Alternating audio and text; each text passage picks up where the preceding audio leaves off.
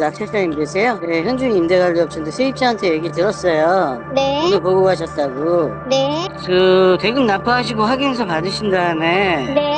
이사협의 퇴가협의 좀 하셔야 될 것 같거든요. 지금 전화하시는 분은 누구세요? 임대관리업체 대표이사입니다. 현 점유권자가 있잖아요. 네. 점유권자 퇴거 협의를 해야 되는데 그 네. 협의가 안 되면 명도소송해서 오시면 돼요. 아. 그게 법적으로 되는 거, 그게 법적이고. 방금 들으셨나요? 불법으로 임차인에게 월세 받고 있던 관리업체가 잔금 전에는 말도 섞지 말라고 합니다. 명도하다 보면 이러한 당황스러운 상황 어떻게 해야 할지 막막하실 텐데요. 저는 이 문자 한 통으로 명도를 아주 쉽게 끝냈습니다. 어떻게 가능했을까요? 영상 집중해서 끝까지 보시면 해결할 수 있는 키포인트가 어디인지 정확하게 보입니다. 안녕하세요, 거투입니다. 이번에 제 교육생분이 낙찰받은 아파트 명도 이야기입니다. 서류상으로는 아주 깔끔했어요. 임차권 등기가 되어 있고 허그에서 대위 변제까지 마친 상태라 빈집인 줄 알았습니다. 그런데 임장을 가보니 어떤 여성분이 거주하고 있더라고요. 배를 눌러도 나오지 않아요. 결국 낙찰받고 알게 된 사실인데 집 주인이 관리업체에게 위임하고 임차인을 받아들여 월세를 꼬박꼬박 챙기고 있었던 겁니다. 명백한 불법 점유죠. 그런데 관리업체는 시간을 더 끌어서 월세를 더 받겠다고 당당하게 낙찰자에게 이야기합니다. 잔금 내고 오세요. 그때 협의 볼 겁니다. 교육생분이 당황해서 잔금을 최대한 빨리 치르고 명도를 해야겠다고 알려줬습니다. 그런데 잔금 치고 협상하면 알겠다고 이사 갈까요? 아마 말도 안 되는 이사비를 요구할 가능성이 높습니다. 그들이 페이스에 우리는 절대로 휘말려서는 안 됩니다. 대출이자를 한 푼이라도 아끼려면 무조건 잔금 전에는 명도를 어느 정도 협상을 끝내놓고 잔금을 치러야 마음이 편하겠죠.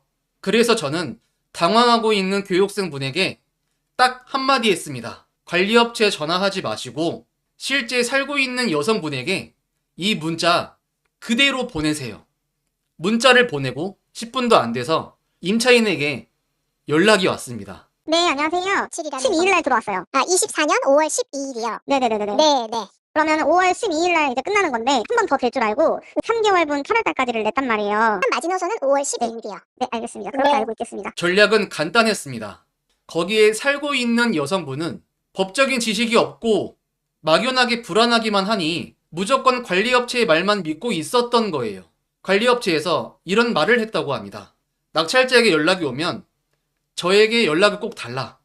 최소한 3개월은 더 살 수 있으니까 전혀 걱정할 필요가 없다.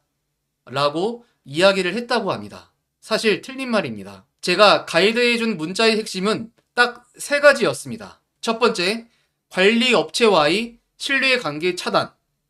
두 번째, 무단 점유에 대한 사용료 청구. 세 번째, 이사 갈 수밖에 없는 출구 전략. 명도는요, 어차피 낙찰자가 이기는 게임입니다. 칼자루를 이미 쥐고 있기 때문에 점유자에게 절대로 감정적으로 대할 필요 자체가 없어요. 초보일수록 감정적으로 명도를 하려고 하는데 그러면 꼬여버려서 감정이 서로 부딪히는 순간 명도는 길어질 수밖에 없다는 점 꼭 명심하고 계세요. 점유자가 원하는 건 딱 2가지입니다. 첫 번째, 시간. 두 번째, 돈입니다. 낙찰자는 이 2가지 중에 점유자가 한 가지만 선택할 수 있도록 도와줘야 합니다. 시간을 원한다면 정확한 이사 날짜 마지노선을 정해주고 마지막 협상 날짜 또한 못 박으세요. 두 번째로 돈을 원한다면 빨리 나갈수록 돈을 더 많이 받을 수 있다는 것을 제시해줘야 합니다. 아까와 똑같이 마지막 협상 날짜 또한 제시해 주셔야 해요. 그런데 안타깝게도 시간과 돈, 이 2가지를 모두 점유자에게 주시는 분들이 생각보다 많습니다. 협상할 수 있는 데드라인을 정해놓지 않으면 점유자는 자신에게 유리한 쪽으로 설명을 하며 무한정 시간을 끌 겁니다. 우리 낙찰자는요, 이 협상할 수 있는 시간을 못 박는 게 무엇보다 중요합니다. 그러니 점유자와 첫 만남에서는 많이 들어주셔야 돼요. 많이 듣고 오면 상대방이 어떤 걸 요구를 하는지 정확하게 알 수 있고, 명도를 앞으로 어떻게 진행해야 하는지 플랜을 세울 수가 있게 됩니다.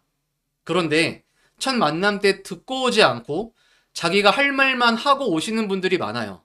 그러면 그분이 원하는 게 무엇인지 알 수 없기 때문에 감정적으로 대립할 가능성이 높아집니다. 명도 고수는요, 첫 만남은 무겁게 하고 헤어질 때는요, 웃으면서 떠납니다.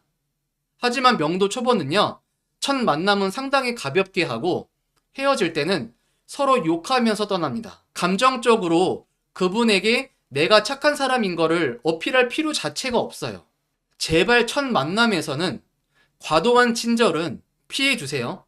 가볍게 보이는 순간 명도는 갈수록 어려워집니다.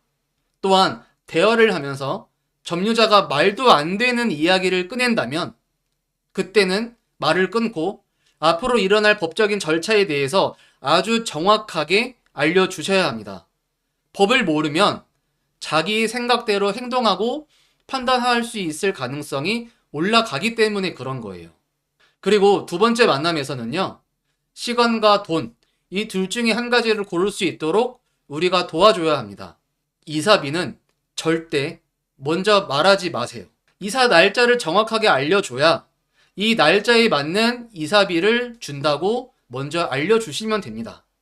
이렇게 해도 끝까지 버티려고 하시는 분들이 제 경험상 열에 한두 명쯤은 계셨습니다.